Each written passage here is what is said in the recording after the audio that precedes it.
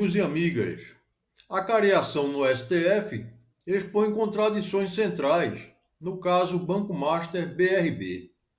A Polícia Federal concluiu na noite de ontem uma das etapas mais sensíveis da investigação que apura suspeitas de irregularidades envolvendo o Banco Master e o Banco de Brasília, BRB.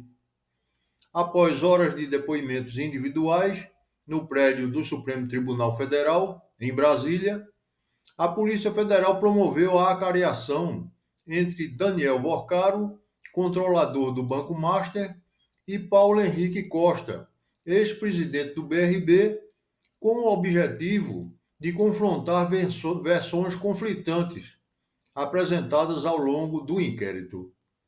Vamos assistir a reportagem da CNN. A Polícia Federal concluiu a cariação, que acabou acontecendo só com o presidente do Banco Master, o dono do Banco Master, né, Daniel Vorcaro, e o ex-presidente do BRB, o Banco Regional de Brasília, Paulo Henrique Costa. O diretor do BC, Ailton Aquino, que tinha prestado depoimento também mais cedo, junto com esses investigados pelas fraudes do Master, acabou sendo dispensado desse confronto de versões. A gente vai a Brasília com a nossa repórter Gabriela Veras, que acompanhou todo esse processo. Gabriela, boa noite.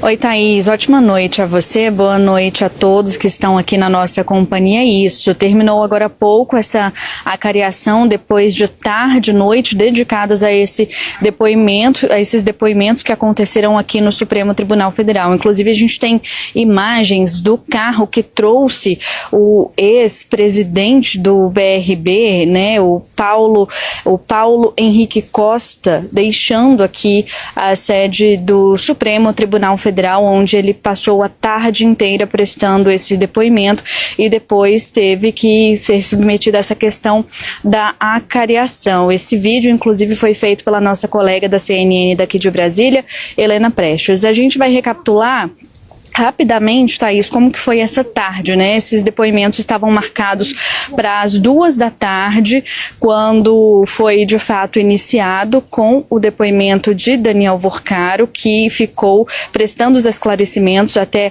por volta aí das 5 da tarde. Na sequência, prestou os esclarecimentos Paulo Henrique Costa, o ex-presidente do BRB, e Ailton também de Aquino, diretor de fiscalização do Bacen, então, do Banco Central. Então, foi uma tarde dedicada a esses depoimentos. Depois do depoimento, de prestar os esclarecimentos, o diretor do Banco Central foi liberado, né? Ele saiu, deixou aqui o Supremo Tribunal Federal, que foi quando a delegada da Polícia Federal que conduz o caso, conduz essas investigações, decidiu pela acariação e que essa acariação aconteceria entre Vorcaro e Paulo Henrique Costa. A acariação durou um pouquinho mais de 30 minutos, foi muito rápido e essa definição aconteceu depois de inconsistências que foram encontradas, informações desencontradas nos depoimentos de Vorcaro e Paulo Henrique Costa. Então ela decidiu pela acariação. A gente relembra uma acariação que já tinha sido liberada, determinada pelo ministro relator do caso, Dias Toffoli. Volto com vocês. Obrigada, Gabriela. Você conseguiu mesmo nos dar a noção mínima aí de como foi esse dia aí em Brasília. Boa noite para você. Carol, o que faz sentido para você no dia de hoje? Olha, essa pergunta é ótima, né? Na verdade, nada faz sentido. Primeiro porque se a gente fizer um corte numa linha do tempo de, por exemplo, uma década atrás, o recesso do Judiciário, o recesso do Supremo, ele realmente era um recesso. Nada acontecia no Supremo, a não ser que fosse uma medida de extrema importância, de extrema urgência. E quando a gente fala em extrema urgência no quesito plantão do Judiciário, costuma ser habeas corpus, algum tipo de decisão que se ligue a algum réu preso. Então, assim, medidas urgentes que estejam que sejam importantes para a liberdade, especialmente, das pessoas que estão sendo investigadas. Agora, de uns anos para trás, a gente tem visto uma total deturpação desse recesso. A gente já viu instrução de ação penal em recesso, que aconteceu durante essa tramitação dos processos sobre a trama golpista. Agora a gente vê uma nova instrução de uma investigação que está sob sigilo, sob a relatoria de Dias Toffoli. Então, assim, o recesso agora, ele serve também para instrução de processo e mais, a maior parte dos ministros do Supremo não tira férias, fica de plantão. Por que eles preferem ficar de plantão?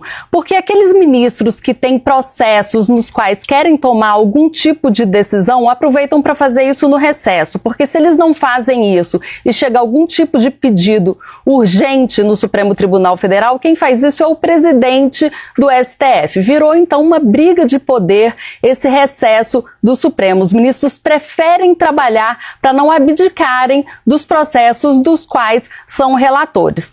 Se a gente for olhar agora o dia que aconteceu hoje, tem várias situações que são, no mínimo, contrárias à praxe do Supremo Tribunal Federal. Especialmente essa decisão de Dias Toffoli de primeiro determinar uma cariação em vez de determinar primeiro o depoimento dessas pessoas que estão sendo investigadas. De acordo com o Código de Processo Penal, primeiro faz-se o depoimento e, na possibilidade de haver algum tipo de discrepância entre as versões, aí você convoca uma acariação. Diante das críticas, o ministro Dias Toffoli deu um passo atrás e deu para a Polícia Federal a liberdade de fazer primeiro o depoimento e depois analisar se é o caso de acariação. O que a gente viu no dia de hoje foi que no momento da sessão, no momento da audiência ali a portas fechadas, que estava um juiz instrutor do ministro Dias Toffoli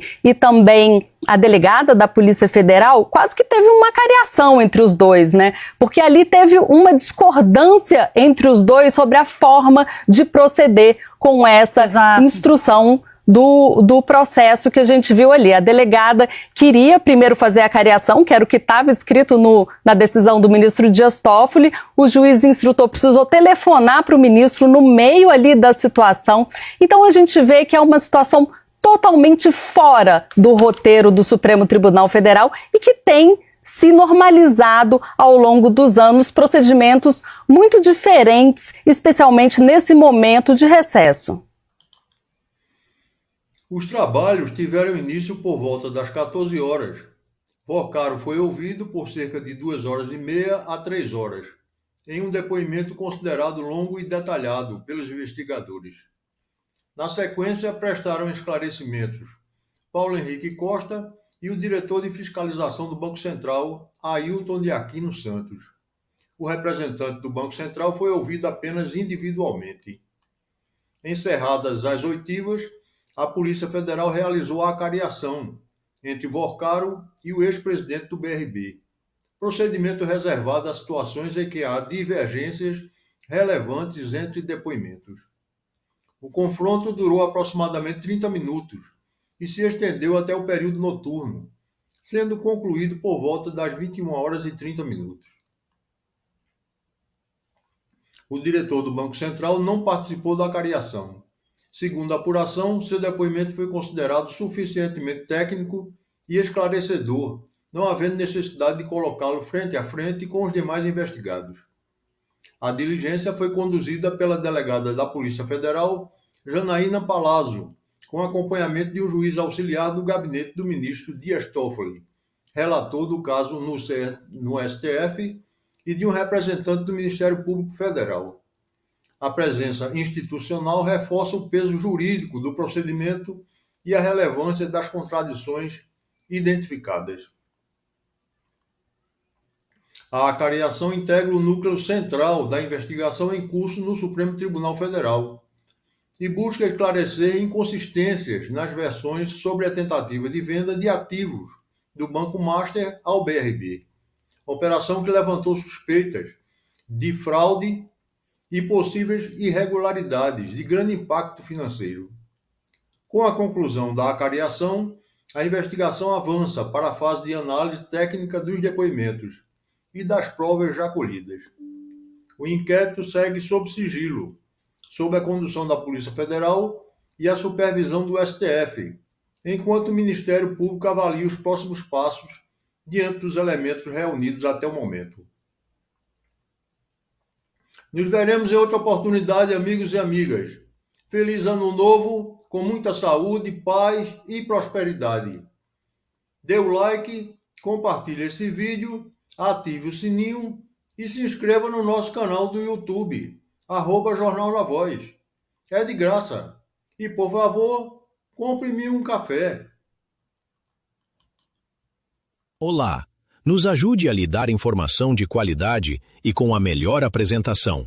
Se você gosta do nosso trabalho, faça um pequeno Pix para a chave que está no quadro e nos apoie para continuarmos. Obrigado.